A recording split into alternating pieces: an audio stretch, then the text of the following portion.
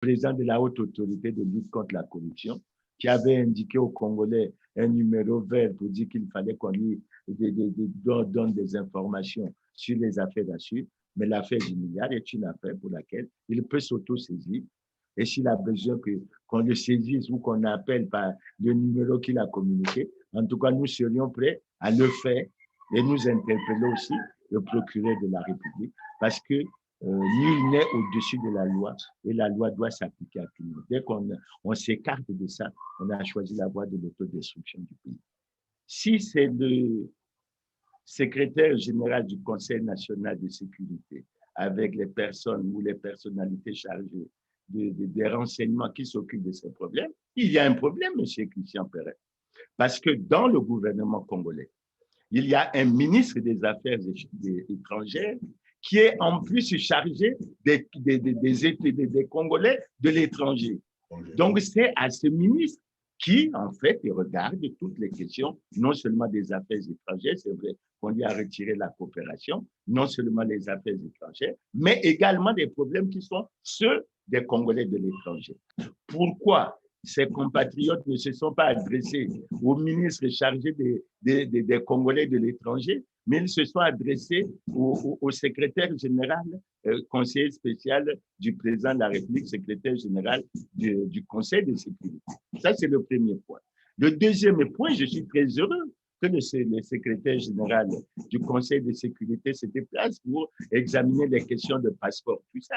Mais il sait, et les membres du gouvernement le savent, qu'au moment où il se déplace pour ça, les Congolais connaissent de sérieux problèmes de sécurité, puisque les Congolais ont découvert que dans l'appareil sécuritaire, principalement dans la police, il y avait des policiers qui étaient des braqueurs, sinon des bandits de grand chemin, qui occupaient des positions importantes dans l'appareil sécuritaire de l'État.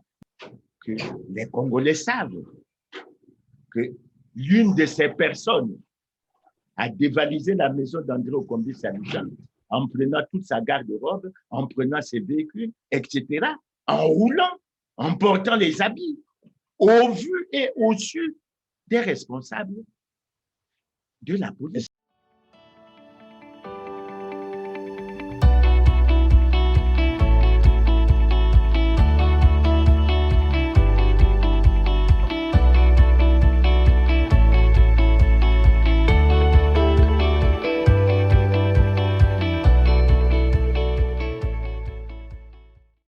Bonjour Clément Mirassa. Bonjour Monsieur Christian Perrin. Merci d'avoir encore accepté notre invitation. Vous êtes président de la Fédération de l'opposition congolaise. Avec vous, nous allons tenter de décrypter l'actualité congolaise avec en toile de fond le nouveau gouvernement Makosso dit Makosso 2. Représentativité, objectif à viser.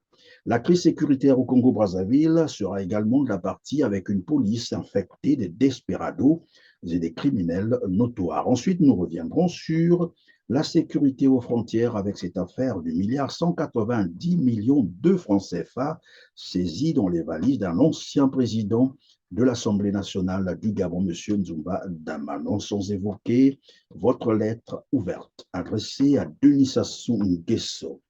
Voilà pour l'essentiel de ce qui va caractériser cette interview.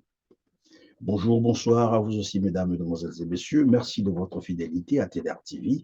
Je vous invite donc à liker, à partager cette émission pour une plus grande audience. Pensez également à vous abonner si vous ne l'avez pas encore fait pour être prévenu de toutes nos prochaines productions. Moi, c'est Christian Perrin.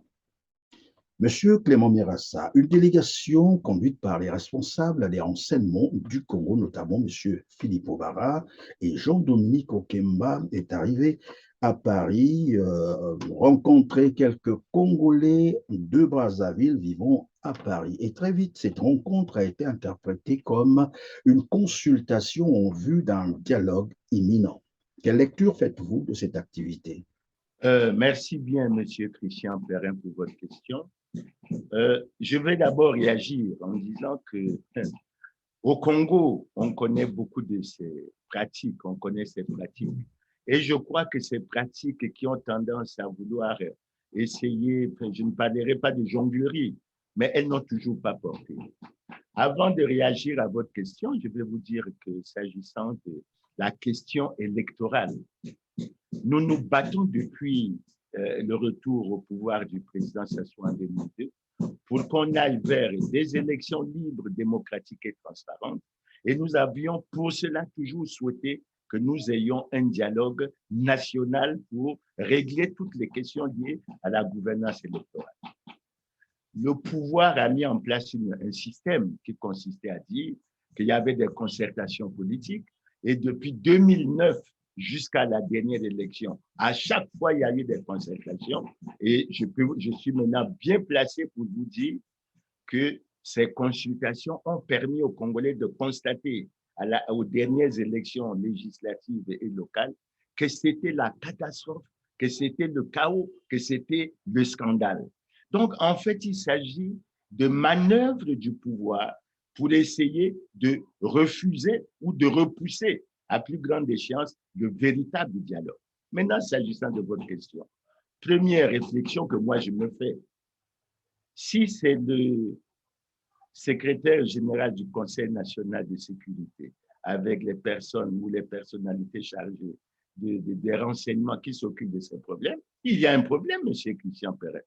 Parce que dans le gouvernement congolais, il y a un ministre des Affaires étrangères qui est en plus chargé des Congolais de l'étranger. Donc, c'est à ce ministre qui, en fait, regarde toutes les questions, non seulement des affaires étrangères, c'est vrai qu'on lui a retiré la coopération, non seulement les affaires étrangères, mais également des problèmes qui sont ceux des Congolais de l'étranger. À ma connaissance, quand je suis l'actualité de l'extérieur, j'ai toujours constaté que nos compatriotes à l'extérieur se plaignent de ce que le ministre chargé des Congolais de l'étranger ne les a jamais rencontrés. Et c'est là la première question au plan politique. Pourquoi ces compatriotes ne se sont pas adressés au ministre chargé des Congolais de l'étranger, mais ils se sont adressés au secrétaire général, conseiller spécial du président de la République, secrétaire général du Conseil de sécurité. Ça, c'est le premier point.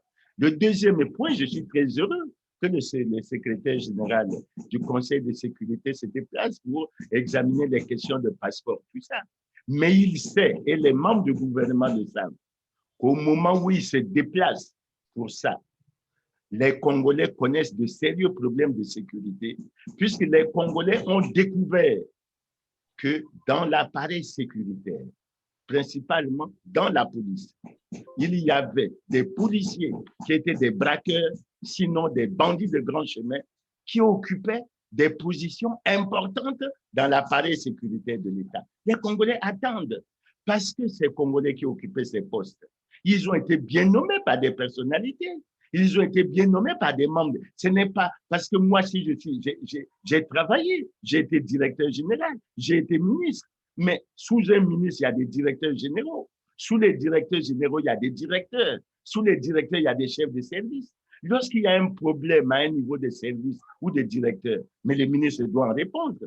Pour vous dire que dans des pays démocratiques, on aurait vu ou enregistré des démissions, que ce soit au niveau du directeur général de la police, que ce soit au niveau des membres importants du Conseil national de sécurité. Ce que nous ne voyons pas.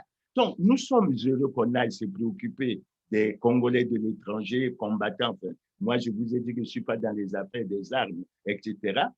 Mais de grâce, les gouvernants congolais doivent accorder une attention particulière à la sécurité des Congolais, surtout que les Congolais vivent des phénomènes comme les bébés noirs, comme les autres phénomènes, et qu'ils découvrent qu'en réalité, une partie de ces systèmes est organisée par des personnes qui appartiennent à la police et à l'appareil sécuritaire. Et c'est pour ça que je dis, nous attendons le secrétaire général du Conseil national de sécurité parce que les Congolais veulent de la sécurité. Vous avez évoqué le problème de Zuba Dama, etc. Mais nous voulons savoir pourquoi un Gabonais qui fait un aller-retour au Congo, pourquoi les seuls contrôles qu'il subit, c'est du côté gabonais et du côté congolais, que ce soit du point de vue monétaire et financier, que ce soit du point de vue sécuritaire, il n'y a absolument aucun contrôle et c'est le silence absolu. Ça veut dire quoi? Ça veut dire que moi, je me considère… Évidemment, Monsieur Clément Mirassa, on va revenir sur ce point-là, mais restons d'abord sur cette rencontre entre les responsables des renseignements congolais et quelques Congolais vivant à Paris, bien entendu. Alors, il y a eu un autre volet, et vous l'avez évoqué tout à l'heure, le volet passeport. On a même promis des passeports diplomatiques à certains et en donné à d'autres aussi qui, en fait, des passeports ordinaires, hein, ceux qui n'en avaient plus. Et dans le même temps, il y a, j'allais dire, des jeunes Congolais, des jeunes étudiants qui, jusqu'aujourd'hui, n'arrivent pas à entrer en possession de leur passeport alors qu'ils ont des inscriptions à l'extérieur. D'autres ont même raté la rentrée plutôt académique. Comment expliquer cela? Monsieur Christian, il y a beaucoup de choses qui sont difficiles à expliquer. Moi, je veux bien que le secrétaire général du Conseil national de sécurité rentre dans le dialogue, je ne sais pas à quel niveau, mais il faut qu'il prenne en charge l'ensemble des problèmes des Congolais. Il y a des étudiants qui n'ont pas de bourse depuis des années.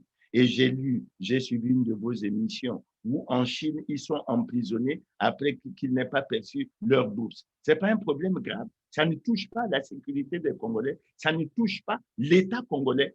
Voilà un problème. Nous, les retraités, et je me tourne vers nos amis qui sont les syndicalistes qui s'occupent de… Peut-être que le secrétaire général du Conseil national de sécurité est la personne la mieux habilitée dans ce pays à régler ce genre de problème. Mais nous avons des problèmes.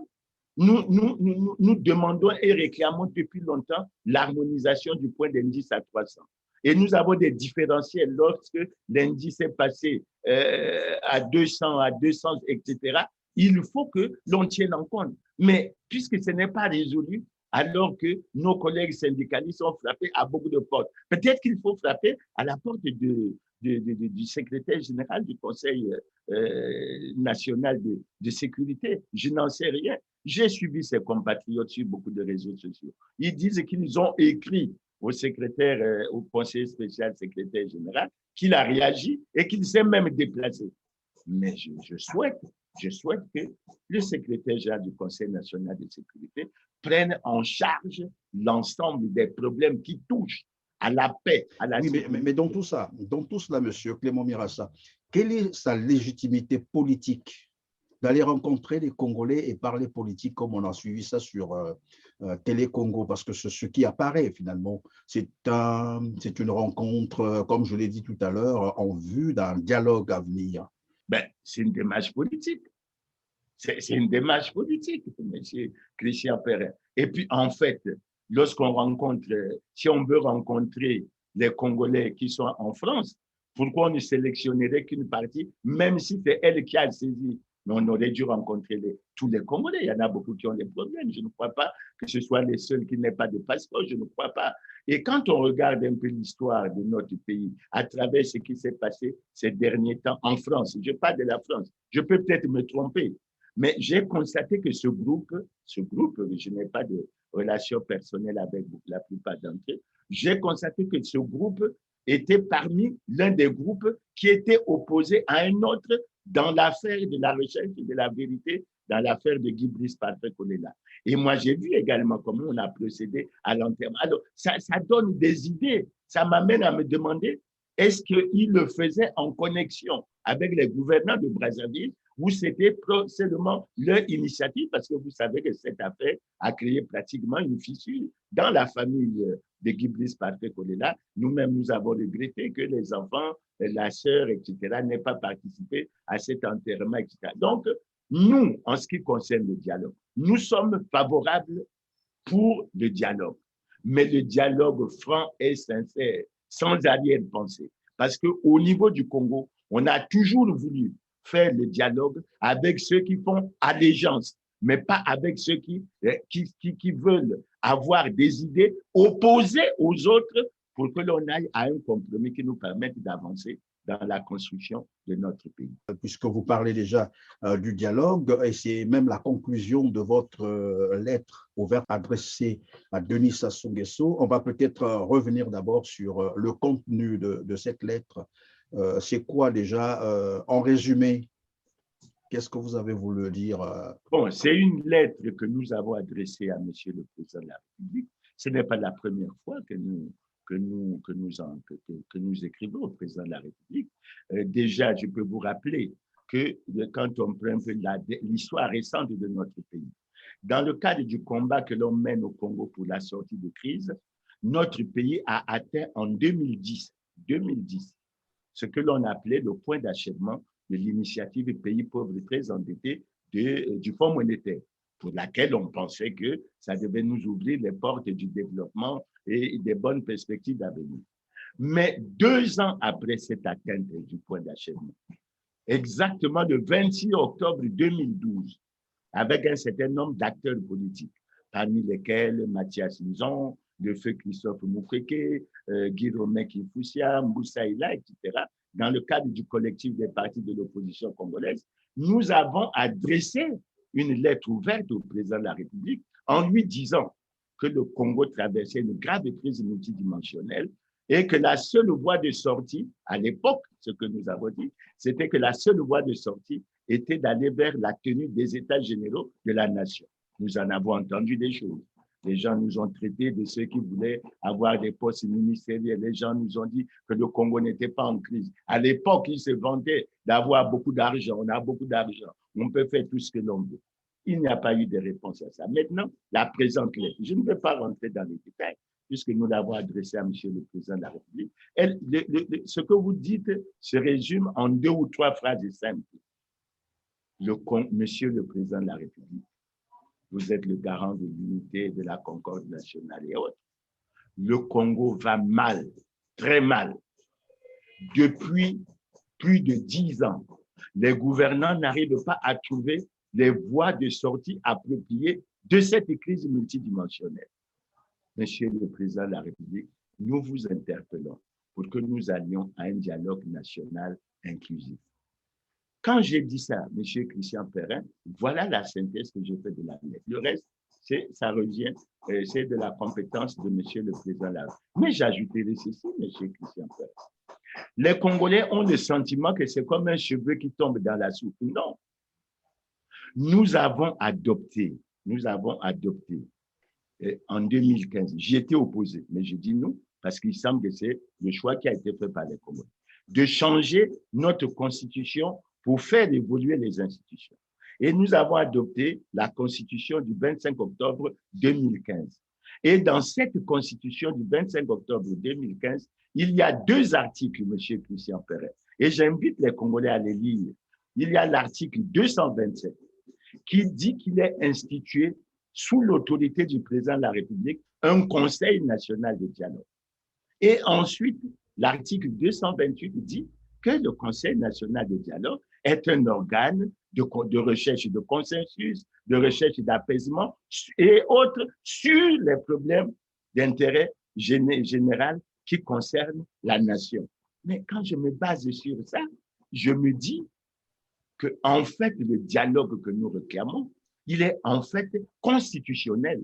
Parce que même si on a nommé Martin Berry comme secrétaire permanent du Conseil national du dialogue en août 2018, Martin Berry a pris le bateau du pèlerin en septembre 2019 pour lancer ce qu'il a appelé le processus constitutionnel du dialogue sans exclusion. Malheureusement pour Martin Berry et pour les Congolais, ce processus qui était prévu en 5 phases n'a vu s'exécuter que la première phase.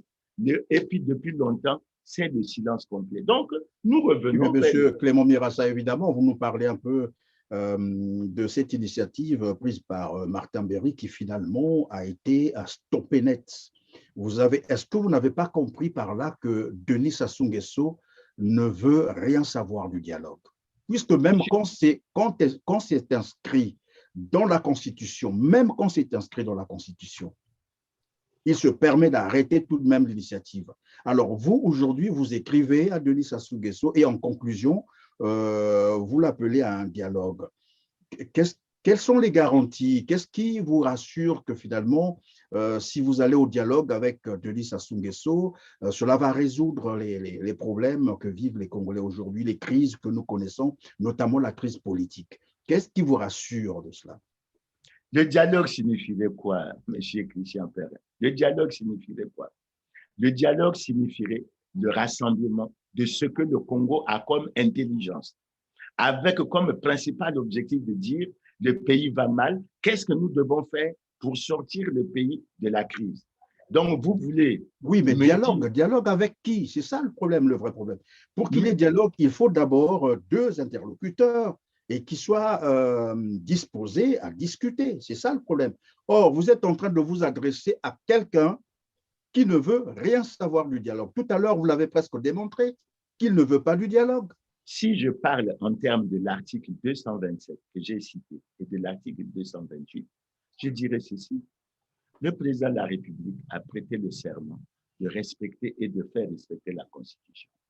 Et déjà, par rapport à ce serment, moi, personnellement, je suis surpris que bien que l'on ait nommé le secrétaire permanent du Conseil national du dialogue en août 2018, je suis surpris que ce Conseil national du dialogue n'ait jamais été mis formellement en place. Et moi, je pense que ma responsabilité de citoyen, chaque fois que je le pourrai, j'interpellerai Monsieur le Président de la République, et ce n'est pas la première fois. J'ai déjà interpellé les autorités de ce pays, y compris le Président de la République, en lui disant que le pays allait mal et en attirant l'attention sur le fait que depuis 2002 jusqu'à ce jour, M. Christian Perret, aucune personnalité politique, aucun gouvernement, aucun acteur politique n'a déclaré son patrimoine conformément à la loi, tout en sachant que ne le faisant pas, il y a une disposition qui devrait permettre les sanctions. Les sanctions ne sont pas prises. Alors moi, je suis de ceux qui pensent que mon attitude devant de telles situations, ce n'est pas d'être silencieux, mais c'est d'appeler l'attention des gouvernants, d'appeler l'attention des acteurs politiques, d'appeler l'attention des Congolais pour dire, voilà la situation. Le Congo, c'est notre bien commun et chacun de nous a intérêt à ce que le Congo se porte bien, sinon très bien. Mais pour l'instant… Oui, Monsieur Clément Mirassa, vous conviendrez avec moi que la politique, c'est aussi une affaire de rapport de force. C'est ça le problème. Et quels sont vos moyens de pression aujourd'hui pour contraindre, par exemple, Denis Sassou Nguesso, pour ainsi parler, sinon le gouvernement congolais, à s'asseoir avec vous sur la table? Il faut qu'il y ait une pression quelque part. Il faut inverser les rapports de force, sinon ça n'aura jamais lieu. Je ne vous apprends rien là-dessus, Monsieur Clément Mirassa. C'est un problème de rapport de force. D'accord, c'est un problème de rapport de force. Mais Monsieur Christian Perret, la gestion des affaires de la cité, c'est pour faire souffrir les populations ou c'est pour améliorer les conditions de vie de la population. Et lorsque la population souffre comme elle le fait aujourd'hui, c'est une mauvaise chose d'appeler l'attention des gouvernants. Peut-être qu'ils y resteront insensibles. Mais alors, les discours qu'ils tiennent. Je vous prends un exemple simple.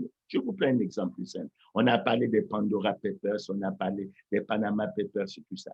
Vous savez que notre comportement a parfois été paradoxal.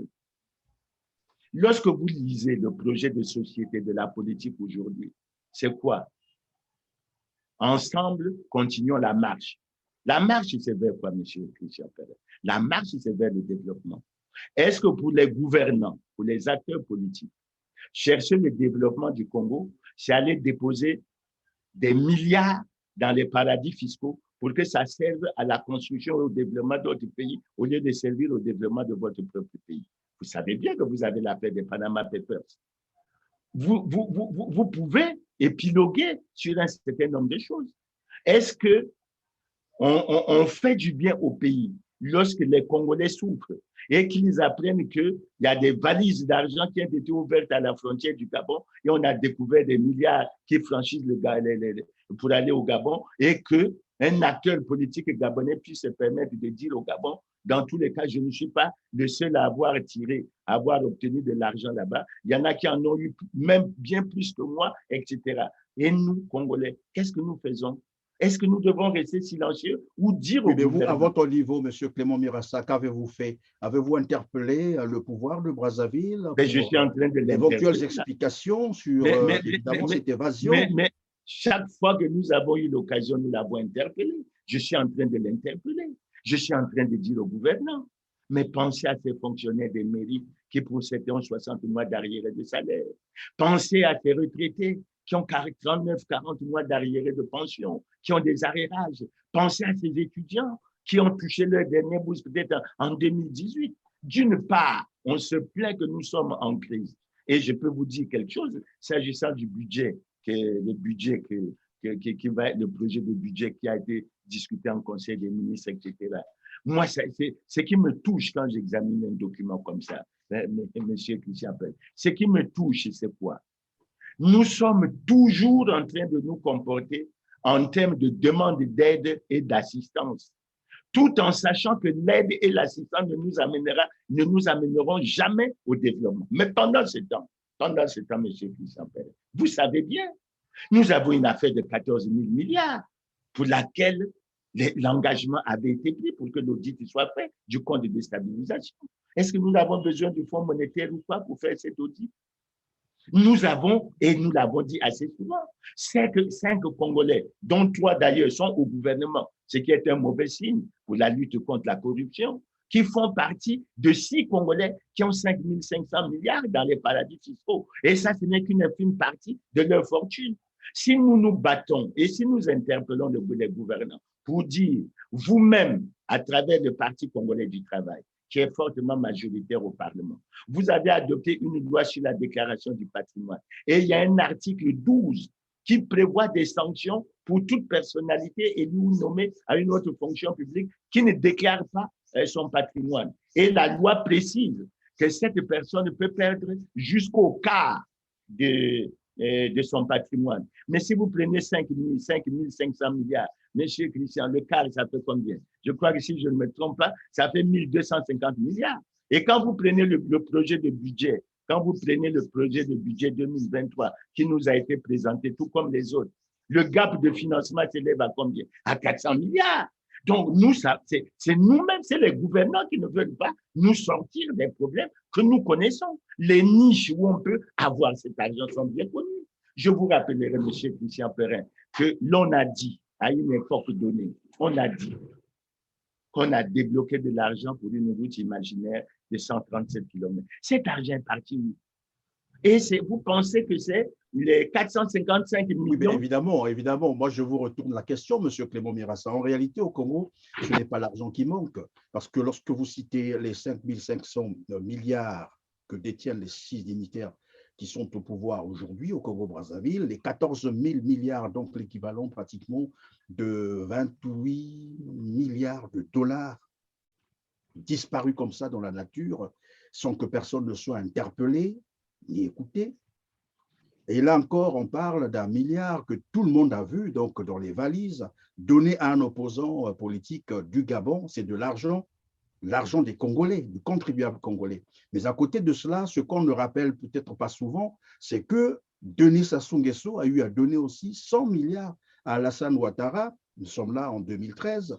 Il en a donné aussi à Issoufou, c'était en 2012, c'était 50 milliards. Il a donné 25 milliards à Jotodia en 2013.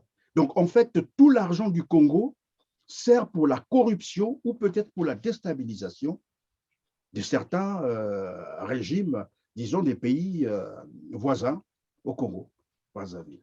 Et voilà pourquoi moi, ma question, c'est de savoir que fait l'opposition congolaise. Pourquoi vous ne manifestez pas, pourquoi vous ne rassemblez pas les Congolais pour dénoncer cela?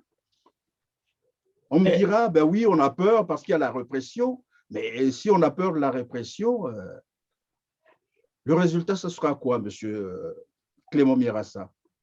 Monsieur Position pour rappeler ce gouvernement à l'ordre, pour rappeler Denis Sassou Nguesso à l'ordre.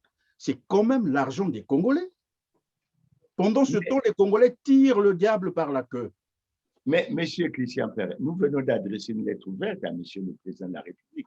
Dans cette lettre ouverte, nous avons une approche que nous avons choisie pour aborder le problème. Nous avons fait la lettre ouverte. Je suis en train de vous dire ce que je dis. Nous faisons ce travail avec les militants, etc. Je vous ai dit qu'il faut aller vers une prise de conscience. Mais aujourd'hui, les Congolais sont bien informés qu'ils souffrent. Maintenant, vous me direz, la marche, je crois. Je prends note de votre démarche et j'attire l'attention des Congolais qui m'écoutent, qui vont suivre l'émission pour dire que dans notre démarche, parce que sachez, M. Christian, et ça je tiens à vous le dire, la manifestation, la marche, etc., c'est constitutionnel. C'est autorisé par notre Constitution. Nous ne devrions pas avoir de problème à faire des marches. Il vous souviendra qu'avec Paulin Makaya, avec un certain nombre de frères, à l'occasion de l'élection présidentielle de 2021, nous avons écrit aux autorités pour demander de faire un meeting. Évidemment, on nous a dit qu'il n'y avait pas les conditions de sécurité, mais je prends note de ce que vous dites et je m'adresse aux Congolais en disant, aidez-nous, faites en sorte que vous nous soutenez. Peut-être que nous allons prochainement arriver à une étape où nous allons saisir les autorités pour faire une marche pacifique pour réclamer un certain nombre de droits, notamment l'amélioration des conditions de vie des Congolais. J'insiste là-dessus parce que généralement on nous dit, ben, écoutez, il y a la répression, on nous interdit de faire les marches. Ben non, lorsqu'on a l'opposition, il faut s'armer de courage. Ce qui est interdit, c'est lorsqu'on va prendre par exemple les armes ou qu'on passe à la violence. Mais si ce sont des marches pacifiques, des réunions pacifiques, je ne vois pas pourquoi est-ce que l'opposition doit reculer. Il faut à un moment donné s'armer de courage, affronter la réalité. Et apparemment, c'est ce qui manque à notre opposition. C'est vrai que peut-être que vous allez rejeter la balle dans le camp de la population, je comprends, mais c'est à vous de susciter aussi l'adhésion des populations. Il faut les convaincre. Il faut faire prendre conscience à la population. Monsieur Christian Perrin, j'ai pris bonne note de ce que vous dites. Et pour vous rappeler, les Congolais ont même suivi la mobilisation qu'il y a eu, même si c'est pour le compte de la fédération. Les Congolais ont suivi la mobilisation qu'il y a eu à Mouyonzi pour soutenir Claudine Minari, pas par rapport à la fédération, mais par rapport à l'élection. Donc, les Congolais ont bien compris que lorsqu'il y a la mobilisation, les résultats également peuvent être atteints. Et je pense oui, parce que la leçon a été comprise aussi par vous de l'opposition pour comprendre que finalement, si on appelle les populations à une manifestation, elles viendront, comme l'a fait d'ailleurs, vous le rappelez là, Madame Munari. Nous prenons note. Est-ce que c'est une leçon que vous avez intériorisée aussi? Non, nous aussi, on fait autant et puis voilà. Nous prenons note et nous aurons l'occasion d'interroger la population et de tester ça pour que nous voyons. Parce que, Monsieur Christian Perrin, je crois que c'est peut-être assez récent.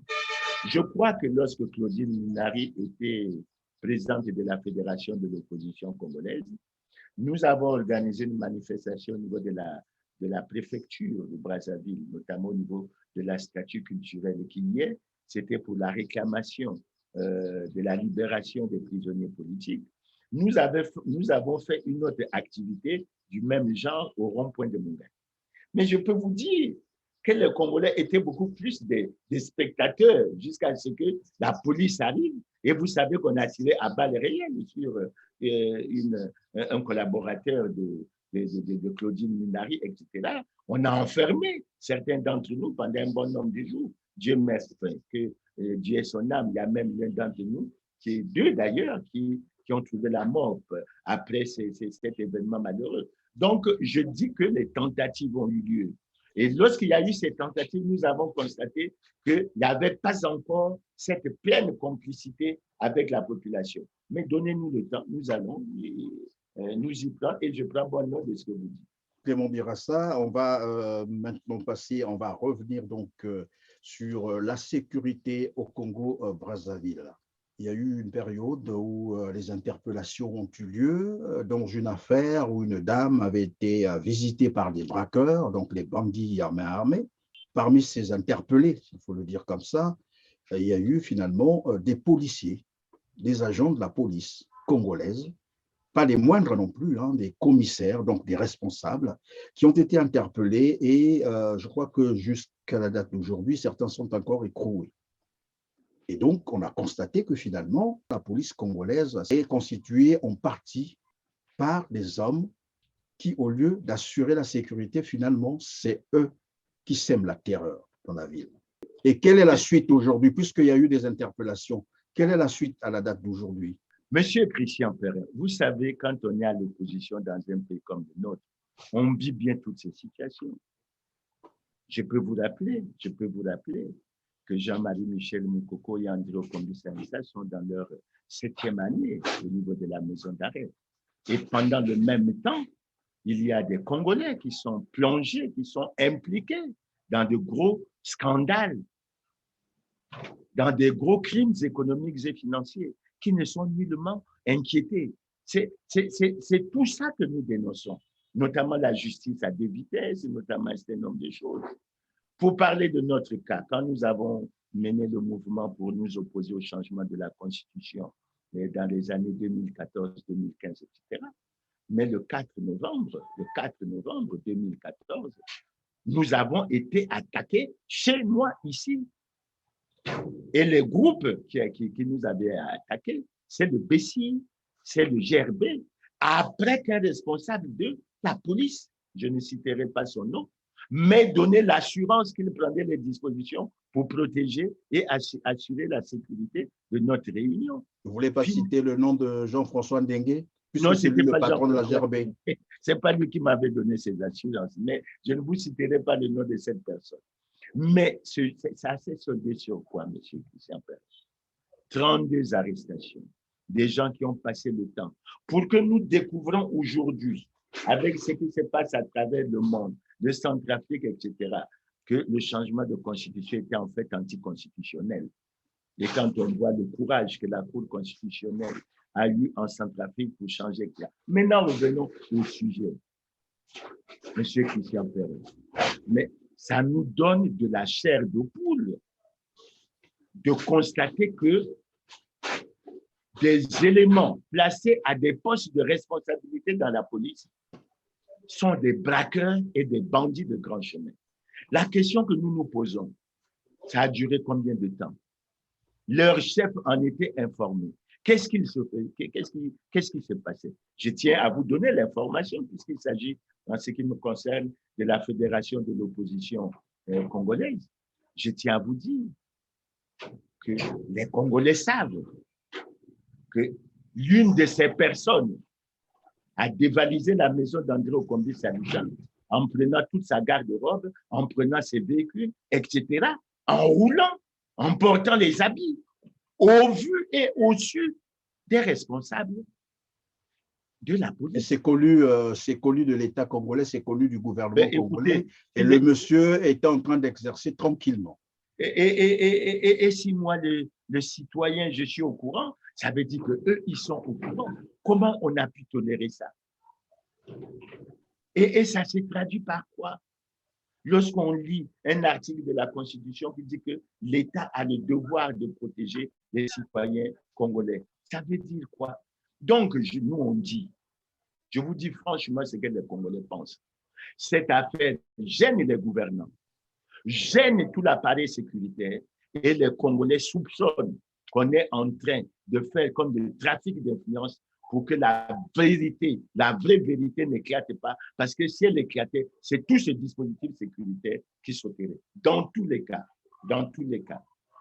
ces responsables, ces personnes qui ont été nommées à certains niveaux de responsabilité, rendaient bien compte à leur chef. Nous avons entendu un indicateur donner des informations sur l'argent qui s'est partagé. Nous avons entendu parler de ce qui s'est passé chez le pasteur Castanou. Nous avons entendu parler de ce qui s'est passé à Bureau Top. Mais ça veut dire quoi? Ça veut dire que ces positions étaient devenues au détriment de la sécurité des Congolais. Ben, une façon de faire et de procéder pour enrichir de façon illicite, de façon illégale, un certain nombre de personnes à qui on pouvait faire confiance pour protéger les Congolais, mais qui en réalité aggravaient la situation. Ce qui a frappé les Congolais, M. Christian Pérez, c'est que dans le sillage de cette affaire, le jour même, on a les services de police, etc., la force publique, a organisé une manifestation où on a finalement présenté 597 soi-disant bébés noirs. Les Congolais se sont dit, mais en fait, ils les avaient mis quelque part et puis tout d'un coup, comme ça, on les a sortis. Et vous avez bien vu. On les a sortis en combien de temps comme ça? Plus de 5 ans. Et vous avez vu. Une enquête qui a duré combien de temps pour les ramasser? Et vous avez vu, mais qu'il y a un colonel de la force publique qui a fait une déclaration pour tenter d'innocenter un certain nombre d'éléments qui étaient pris dans. Donc, c'est une affaire et les Congolais attendent maintenant que, parce qu'il faut vous dire, il y a une méfiance terrible aujourd'hui entre la population et les services qui sont chargés de sa sécurité. Mais dans tout ça, que dit le procureur de la République? Je l'ai vu de ces derniers temps, il fait des tours dans quelques commissariats pour rappeler aux policiers qu'ils doivent respecter les droits de l'homme. Mais je pense qu'en ce qui concerne ce genre d'affaires, il s'agit de la flagrance. Il s'agit de la flagrance. Et moi, j'ai vu lorsqu'on a regroupé les 597 bébés noirs, on posait des questions à l'identité et j'ai entendu quelqu'un dire de cette personne qui est de la police que c'était un récidiviste et qu'il est rentré de sortir plusieurs fois à la maison d'arrêt. Je me suis dit, mais comment quelqu'un qui est rentré de sortir plusieurs fois dans la maison d'arrêt a pu être gardé dans des services qui s'occupent de la sécurité des Congolais? Mais c'est bien la réalité congolaise. C'est l'un des problèmes où les Congolais attendent, les gouvernants, où les Congolais avaient espéré que le dernier conseil des ministres qui avait eu lieu allait donner un certain nombre d'informations aux Congolais pour les rassurer, mais jusque-là, que ce soit sur l'affaire à la frontière gabonaise, que ce soit sur l'affaire de la police, absolument rien n'a été dit. Alors, il y a un adage africain qui dit que le mal se traite à la racine. Que pensez-vous de ceux qui disent finalement que dans une ville, si la police n'arrive pas à mettre de l'ordre, c'est qu'elle est complice elle-même? Ah ben c'est évident, c'est évident, c'est évident. Mais écoutez, si vous orientez la police vers des missions contraires aux missions qui lui sont confiées par les lois et règlements de la République, vous faites quoi? Ça veut dire que vous êtes complice. Vous êtes complice. Vous contribuez à l'insécurité des Congolais. Et c'est une situation grave qui interpelle tous les gouvernants, surtout le premier magistrat du pays. Parce que je ne crois pas que leur préoccupation, en fait, c'est d'avoir une police qui crée l'insécurité au sein des populations. Est-ce qu'on peut penser que tout cela est fait justement pour maintenir le climat de terreur et toujours effrayer évidemment l'opposition, par exemple, que vous êtes, pour que vous ne passez pas aux manifestations, parce que vous allez vous dire, bah, écoutez, si ça se passe déjà comme ça dans la ville, pourquoi aller s'exposer? Est-ce que cela vous effraie à votre niveau? Non, non, ça ne non, ça ne nous effraie pas. Je crois que M. Christian Perrin a rappelé ce que nous avons vécu dans les années 2014, 2015, 2016 avec quelqu'un qui d'ailleurs qui était très connu à Pointe-Noire, comme on l'appelait Zulu Bad, Bad, tout à fait, oui. Etc. Je crois que il faut que parce que dans la police, il y a des personnes qui sont compétentes et qui sont préparées à bien faire le travail. Mais il faut que c'est parce que finalement, ce que les Congolais ont compris, on a compris que dans le système de sécurité qu'on a mis dans le pays, on avait fait que n'importe qui pouvait devenir à la tête d'un commissariat. Non, je crois qu'il faut être préparé pour ça. Et je crois qu'il faut qu'il y ait des ajustements. C'est pour ça que d'entrée de jeu, quand je parlais du secrétaire général du Conseil national de sécurité, j'ai dit il a du pain sur la planche et l'un des aspects, c'est d'assurer la sécurité des Congolais, de remettre de l'ordre dans la police. Et ce que les Congolais attendent aujourd'hui, c'est que lors des procès de ces policiers, que ce soit la vérité, la véritable vérité qui puisse éclairer l'opinion des Congolais pour que nous avancions. Alors, cela entre aussi en compte du bilan, j'allais dire le premier bilan d'Anatole Colinet Makosso, qui a nommé pour la première fois, avait prêché la restauration de l'autorité de l'État. Quel bilan peut-on tirer de son premier mandat en tant que Premier ministre avant qu'on ne passe à sa reconduction? J'ai quelques références, M. Christian Perrin. J'ai quelques références. La première référence dans son discours, les 12 batailles, etc., le Premier ministre a beaucoup insisté sur la restauration de l'autorité de l'État et de l'État de droit. Monsieur Christian Perrin, honnêtement, le Premier ministre est un juriste. Le Premier ministre est lui-même dans quelle situation? J'ai déjà eu l'occasion de vous décrire. Monsieur le Premier ministre Anatole Colinet Makosso est membre du bureau politique du Parti congolais du travail. il a fait partie des 2588 congressistes du Parti congolais du travail qui, en décembre 2019, ont reconduit le président Denis Sassou Nguesso à la tête du comité central du Parti congolais du travail, c'est-à-dire à la tête du Parti congolais du travail, en violation flagrante de l'alinéa 2 de l'article 80 qui dit que le mandat du président de la République est incompatible avec toute responsabilité au sein d'un parti politique. J'ai un premier repère. J'ai un deuxième repère. Monsieur Koliné Makosé est rentré au gouvernement comme ministre de la Jeunesse, je crois, en 2011, si je me trompe. Monsieur Koliné Makosé a pris l'engagement de faire sa première déclaration de patrimoine lorsqu'il a été nommé Premier ministre, et il a fait cette déclaration de patrimoine le 25 octobre 2021. Ça veut dire que de 2011 à 2021, il sait qu'il était en violation flagrante de la loi. Il était hors la loi. Il était hors la loi. Malheureusement pour lui, lorsqu'il a fait sa déclaration le 25 octobre 2021, M. Clément Mirassa a introduit un recours auprès de la Cour constitutionnelle pour dénoncer le fait que ce qui se faisait n'était pas en conformité avec la loi. De sorte que la Cour constitutionnelle a pris une décision déclarant que l'article 6 de cette loi n'était pas en conformité avec la loi, avec la Constitution, ce qui fait que depuis la prise de cette décision, vous n'entendez plus le bruit comme quoi il y a des déclarations de patrimoine. Et quand nous venons à la formation du gouvernement, parce que je vais dire un mot sur la formation. Oui, mais avant la formation du gouvernement, du nouveau gouvernement, bien entendu, quel bilan faites-vous de M. Anatole Koliné Makosé, de son premier mandat en tant que Premier ministre? Si je prends déjà cet aspect au niveau de sa restauration de l'autorité de l'État. Si je prends déjà cet aspect au niveau du respect des lois et règlements de la République, j'ai entendu M. Koliné Makosé dire que les partis qui étaient à la concertation de Wando étaient des partis réguliers. Je dis à M. Koliné Makosé, c'est faux. Le Parti congolais du travail a violé l'article 26 de la loi sur les partis. Il devait être sanctionné par rapport à l'article 31 de la même loi. Il ne l'est pas. Pourquoi? Donc, à partir de ce moment, M. Koliné Makosé étant lui-même en situation de non-conformité à la loi, ne peut pas aider ou contribuer à la restauration de l'autorité de l'État et de l'État de droit. La preuve, je vous l'ai dit, je le redis, et je l'ai dit déjà 1000 fois, le Parti congolais du travail n'est pas en conformité avec la loi.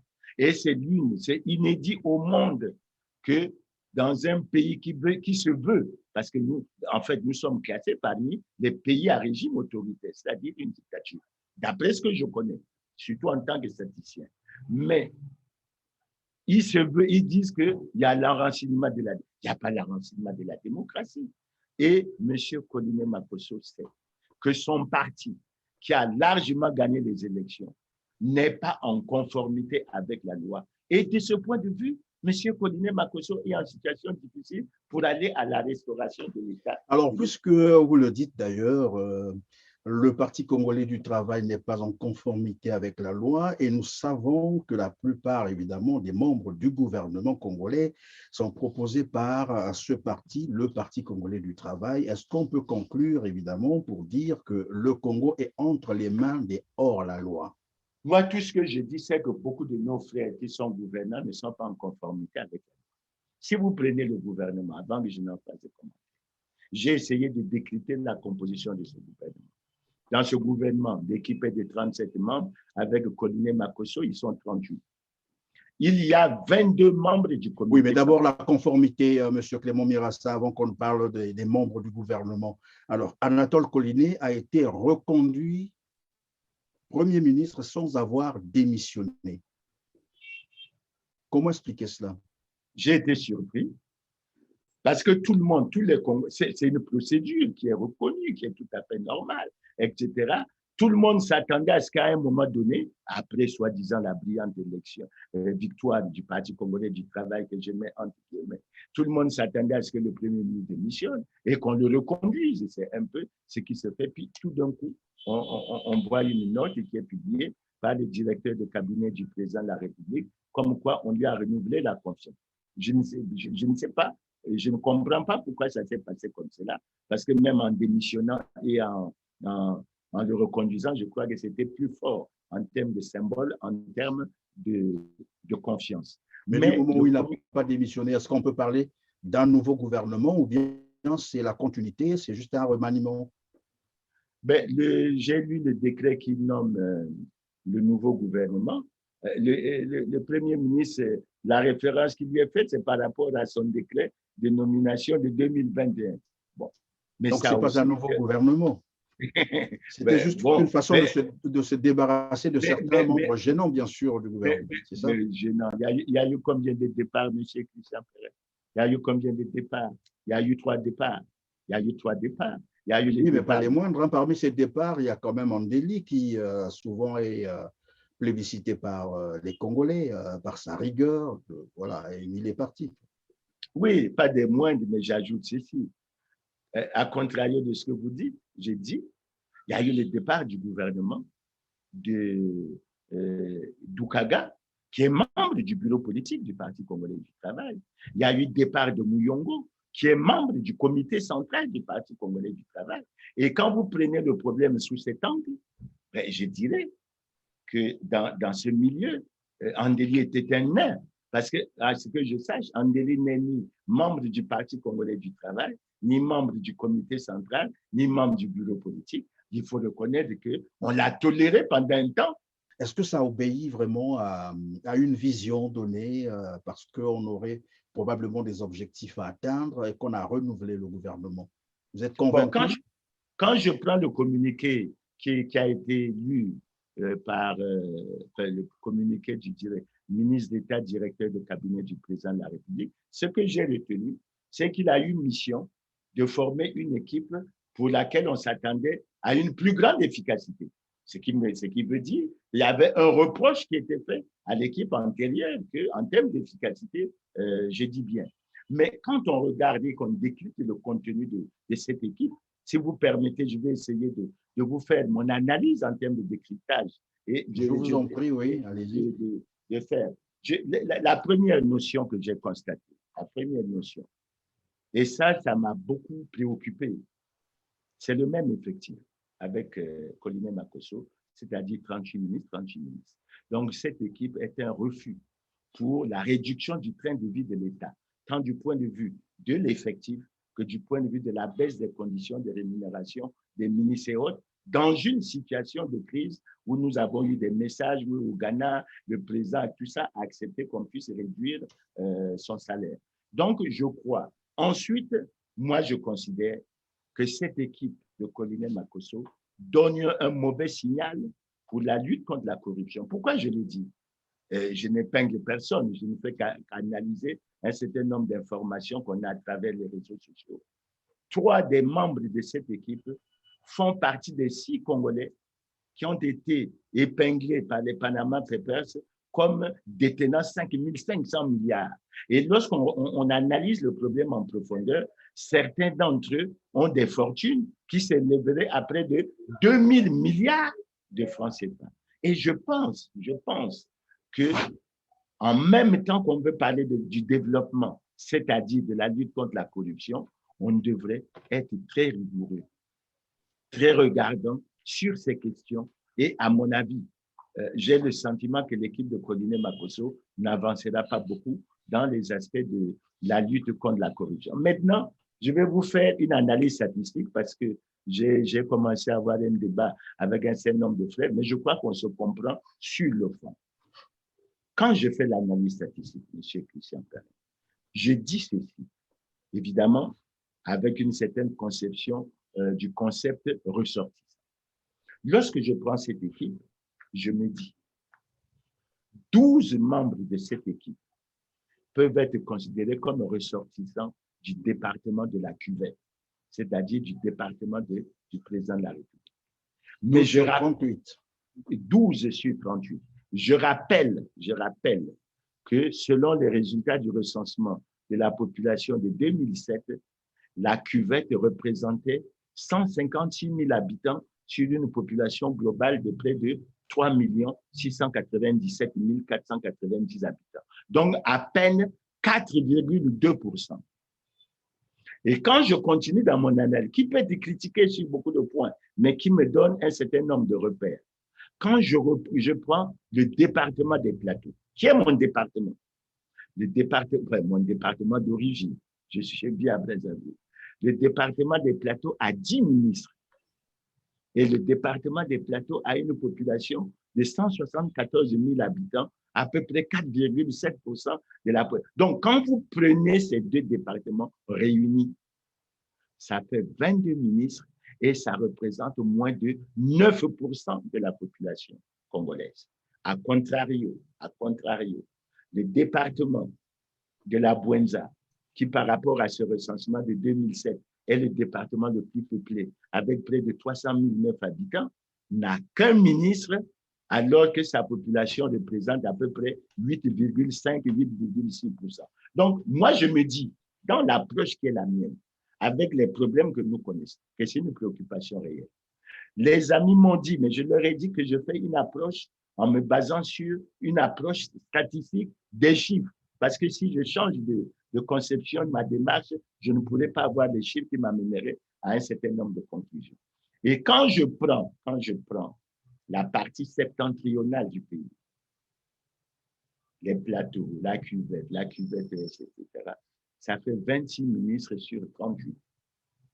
Et quand je prends la partie méridionale, qui est censée être la plus peuplée, parce que si j'exclus Pointe-Noire pour la partie méridionale, ça me fait autour de 965 000 habitants.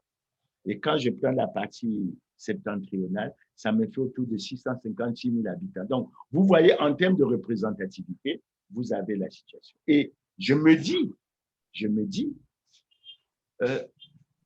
selon ma conception à moi, ça nous amène à réfléchir profondément sur ce que nous appelons gestion clanique, sur ce que nous appelons tribalisme. N'oublions pas, je vous fais deux rappels, M. Christian Perrin.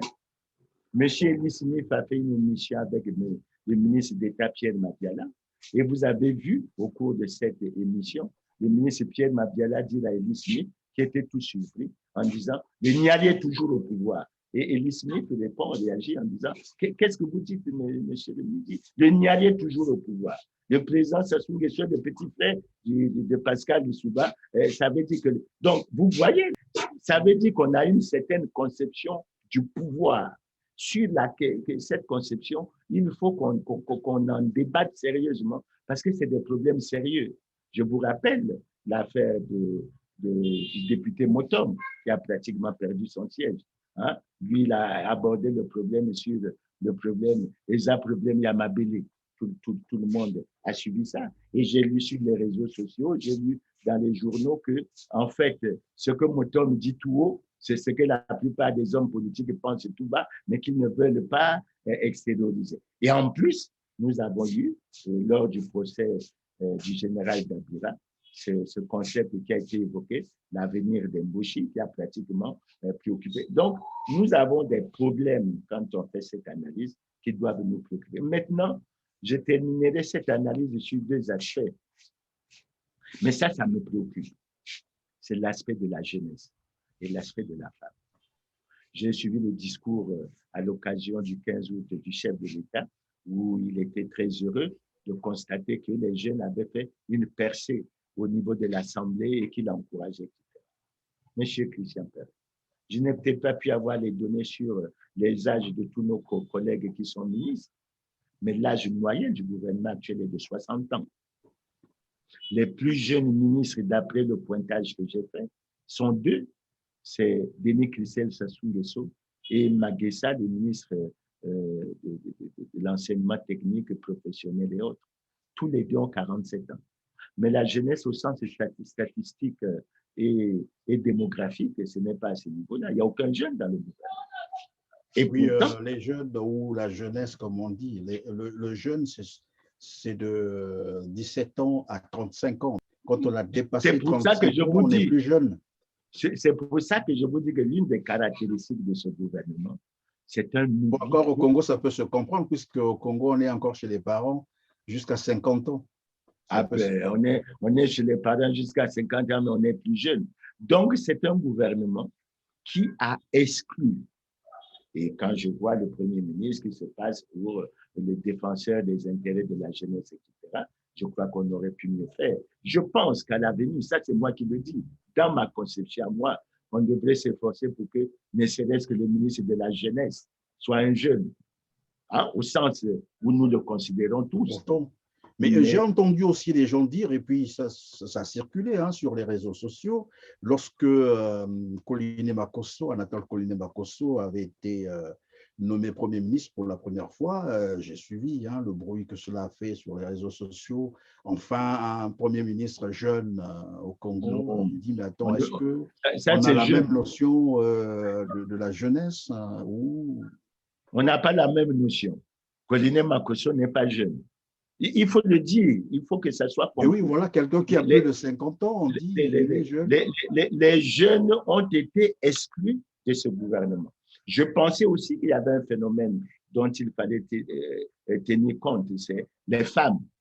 Ce que j'ai dit, ce n'est pas Miracha qui veut être ministre. Dans tous les cas, je ne suis plus jeune. Je peux peut-être être ministre, mais je ne me réclamerai pas jeune. C'est pas tout à fait normal. Mais les femmes aussi, il y a eu un frémissement, même si, en termes de femmes, nous venons de connaître les Oui, évidemment, puisque vous parlez déjà des femmes, alors il y a une femme qui a été déclassée à l'Assemblée nationale. Madame Princesse Mwangassa, ça vous dit quelque chose? Curieusement, elle a pourtant pris part d'ailleurs à la première session, je crois, la session inaugurale de la mandature actuelle. Et curieusement, comme par hasard, et moi, personnellement, je n'ai pas compris comment, après avoir pris part, par exemple, à la première session inaugurale de la mandature actuelle, et que la Cour constitutionnelle puisse encore statuer sur, comment on appelle ça, le recours d'un de ses, je crois, ses adversaires qui a pensé que bon, l'élection de Madame Mwangassa n'a pas obéi aux règles et qu'il fallait contester cela. Et finalement, elle a été boutée dehors. Donc, de là, on a retiré donc son statut de député. Ma question, c'est de savoir qu'est-ce qui devrait précéder entre les recours et la première session inaugurale d'une mandature de l'Assemblée nationale. Mais c'est les recours. Monsieur Christian Perrin, vous me donnez l'occasion de parler de l'élection. Et aujourd'hui, avec le recul du temps, on peut mieux en parler. Le premier constat que nous faisons, c'est que dans la nouvelle équipe Colline Makosso, le ministre Guy Georges Mbaka n'est plus chargé des élections. Et ça nous conforte à nous l'idée, que véritablement l'élection a été désastreuse, catastrophique et chaotique. Et je crois que ça, c'est l'avis de tout le monde. Maintenant, si nous regardons dans les détails, M. Christian Perrin, aujourd'hui, on peut faire la démonstration par la preuve. On peut faire la démonstration par la preuve. Je prends Mouyondi. Avec l'œil de statisticien. Le ministre chargé des élections proclame les résultats au premier et au deuxième tour, donne un corps électoral pour Mouyondi de 16 979 inscrits. Mais quand vous prenez les résultats communiqués par l'équipe de campagne de Claudine Minari, le corps électoral est plus de 20 000. Ça veut dire quoi, M. Christian Perrin? Ça veut dire qu'entre le premier tour et le deuxième tour, il y a plus de 3 000 inscrits. Ils viennent d'où? Est-ce qu'on peut se taire devant ce genre de choses, ou bien les organes chargés des élections, à savoir le ministère, à savoir la DGAE, à savoir la commission, doivent établir les responsabilités sur ce qui s'est passé. Ça, c'est le premier cas. Le deuxième cas, nous avons suivi et nous avons lu dans la presse et l'homme Ampouya qui s'est dit victime de la fraude à Gomatiti. Et il épingle au niveau de Gomatiti comme à la base de la fraude le premier vice-président de la commission locale d'organisation des élections et le secrétaire général de la sous-préfecture. Et il continue en disant comment vous pouvez expliquer qu'une personne qui est quatrième avec 200 voix, soit se retrouve deuxième lors de la proclamation des résultats avec plus de 1200 voix et va au deuxième tour. C'est aussi une autre preuve. Les responsabilités doivent être établies. Troisième preuve, et ça, vous avez fait une émission là-dessus. Le maire de Mossenjo, adresse une lettre au préfet du Niari pour dire qu'il y a quelqu'un qui n'était pas candidat, qui a été déclaré élu. Ça crée les mois. Tout de suite, le ministre Mbaka prend l'avion, va à Délisi, parce qu'il estime que cette affaire est grave et que si elle était fondée, elle ternit l'image de l'élection. Il publie les résultats. Je crois que le maire de Mossenjo a eu peur.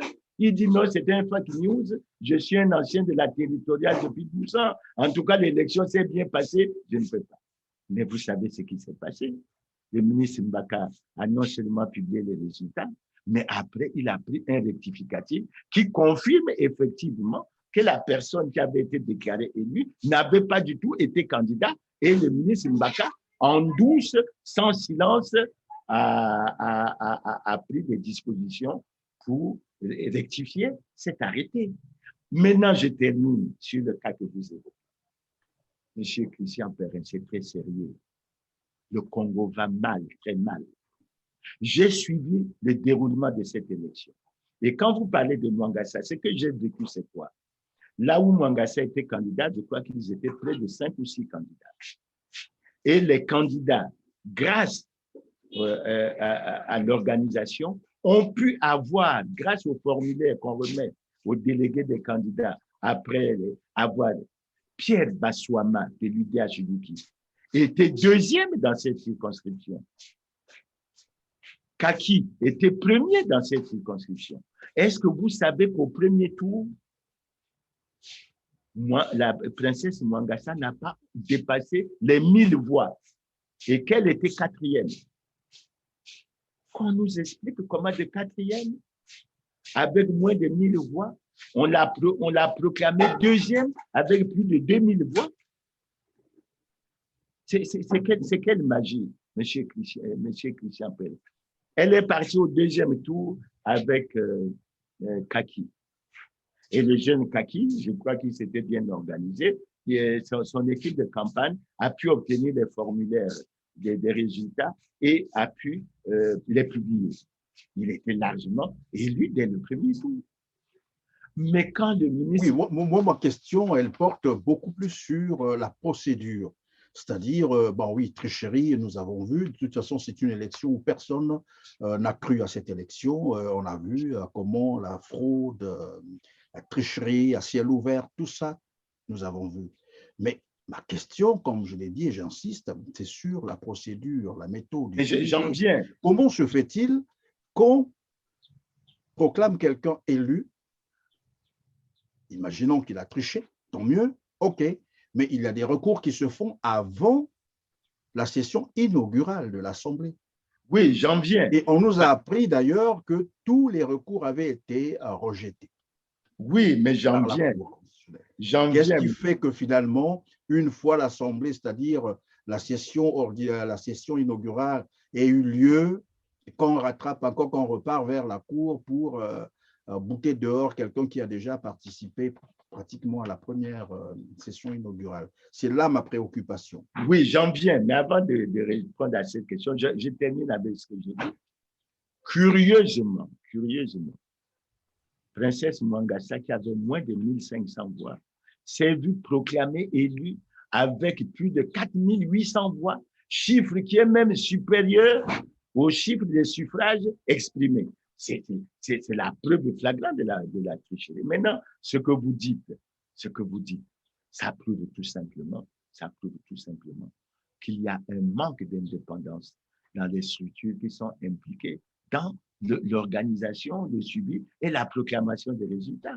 Je vous apprends, M. Christian Perrin, que le ministre Guy-Georges Mbaka avait déjà signé un arrêté ou un décret publiant la liste définitive des députés élus avant même que la Cour constitutionnelle ne se soit retrouvée pour examiner le recours. Ça veut tout simplement dire que les gens s'étaient déjà fait une fixation et que les recours, ça ne servait absolument à rien. Et comme un acteur politique vous avez dit, au cours d'une émission, qu'il fallait que le gouvernement arrête de nommer les députés, c'est la preuve flagrante de ce que au Congo, les députés sont nommés. Il y a des bons recours qui n'ont pas retenu l'attention et malheureusement, c'est comme ça que nous avançons et c'est comme ça. Mais est-ce que cela peut constituer une jurisprudence finalement et que les autres aussi peuvent continuer à... La jurisprudence a déjà eu lieu en 2012. La jurisprudence a déjà eu lieu en 2012 avec un certain député qui s'appelait Bakali et qui était opposé à un certain sondé du PCT. Une sondé avait été déclaré élu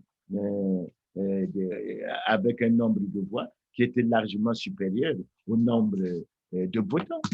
Mais c'est fréquent, ça. Voilà, c'est pas la première fois, M. Christian. Je vous dis qu'en 2012, il y a eu le cas de Bakani et de Nsondé, et finalement, il y avait eu comme cette fois-ci reformulation des résultats, et M. Nsondé avait été déclassé pour qu'il soit remplacé par M. Bakani. C'est pas la première fois, c'est pour ça que nous disons que toujours que depuis 2002, aucune élection libre, démocratique et transparente n'a été organisée dans le pays. On ne le dit pas en l'air, on a maintenant des preuves. Mais ce que j'attire l'attention du gouvernement, le ministre Mboulou qui vient de revenir au ministère de l'Intérieur, le président de la Commission nationale électorale indépendante qui fait toujours des déclarations pour dire que tout se passe bien, le directeur général de l'administration électorale, etc., mais ils doivent se rendre compte qu'il faut qu'il fasse des enquêtes pour que les responsabilités soient établies. On ne peut pas voguer comme ça, toujours dans le silence, pour laisser passer des faits que l'on devrait considérer comme des faits extrêmement graves. Mais donc, avec ce qui vient de se passer avec Princesse Mwangassa, cela veut dire que même les députés qui siègent déjà, rien n'est encore gagné, parce que finalement, d'autres recours peuvent continuer et qu'on peut toujours les voter aussi. Ils surfent sur une disposition de la Cour constitutionnelle. Les décisions de la Cour constitutionnelle ne sont susceptibles d'aucun recours. Que vous ayez tort, que vous ayez raison, bon, ben, à un moment donné, c'est bouclé. On vous dira que, et vous faites bien de dire, mais comment ça se fait qu'à un moment donné, on a dit que tous les autres recours ont été rejetés et on se retrouve, et ça veut bien dire qu'il y a des instructions, il y a qui se passent pour que l'on avance. Alors, de l'actualité congolaise, comme on vient tout à l'heure de la décrypter, vous avez probablement une dernière préoccupation qui va compter pour le mot de la fin. Qu'est-ce qu'on peut retenir de tout ce qu'on vient de se dire, de ces crises, de ces désordres, de l'insécurité? Qu'est-ce que les Congolais peuvent retenir? Moi, ce que je dis, je le dis, je ne cesse de le dire, le Congo va mal, très mal. Nous avons besoin de réconciliation nationale. Nous avons besoin que les intelligences de ce pays se retrouvent. Et quand j'écoute les amis de la diaspora, etc., s'exprimer, j'écoute les Congolais. Et j'ai senti d'ailleurs à travers notre lettre ouverte que beaucoup de Congolais se partagent cet avis. C'est un appel que nous avons lancé au président de la République. Nous l'avons interpellé pour dire qu'il est le garant de l'unité nationale, de la concorde nationale.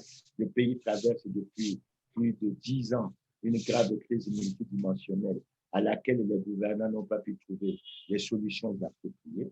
De grâce, allons à un dialogue national inclusif. Pas pour s'injurier, pas pour... nous avons d'ailleurs vu dans la lettre ouverte que ça ne sera pas une conférence nationale fixe et que cette rencontre devrait être bien préparée de façon consensuelle, etc. pour que l'on aille privilégier l'intérêt du pays et que nous allions de l'avant et qu'on sorte. Parce que ma crainte aujourd'hui, monsieur,